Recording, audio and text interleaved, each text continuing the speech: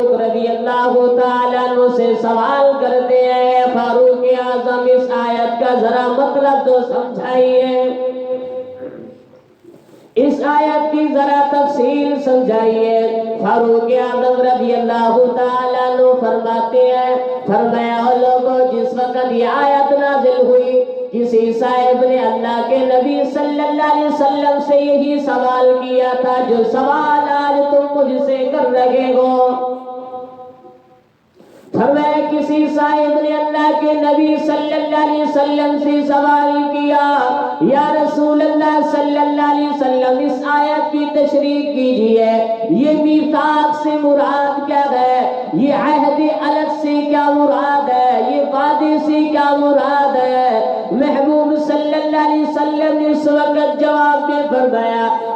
جس وقت اللہ نے آدم کو پیدا فرمایا، پیدا فرمانے کے بعد اللہ نے اپنے دستی قدرت کو آدم کی پشت کے اوپر پھیرا،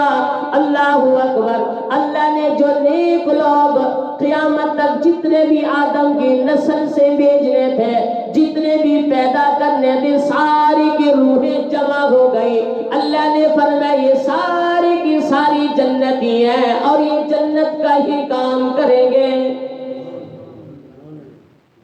دوسری مرتبہ پھر آدم کی پشت کے بردست قدرت پھیرا، اللہ اکبر، پھر گناہگار بدکار قیامت تک جتنے بھی آنے تھے ساری کی ساری جمع ہو گئے۔ اللہ نے فرمایا یہ سارے کے سارے جہنمی ہیں اور یہ جہنم کا ہی کام کریں گے۔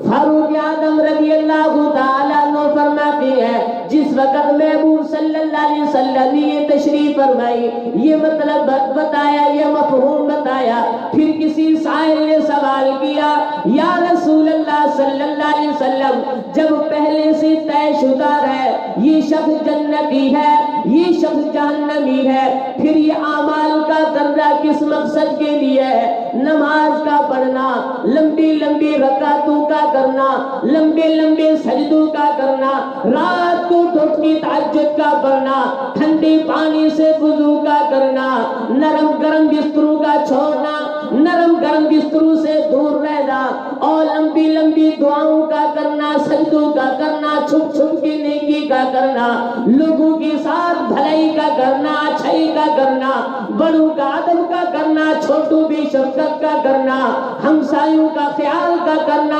پڑوسیوں کا خیال کرنا اور یتیم کے سر پر ہاتھ کا رکھنا،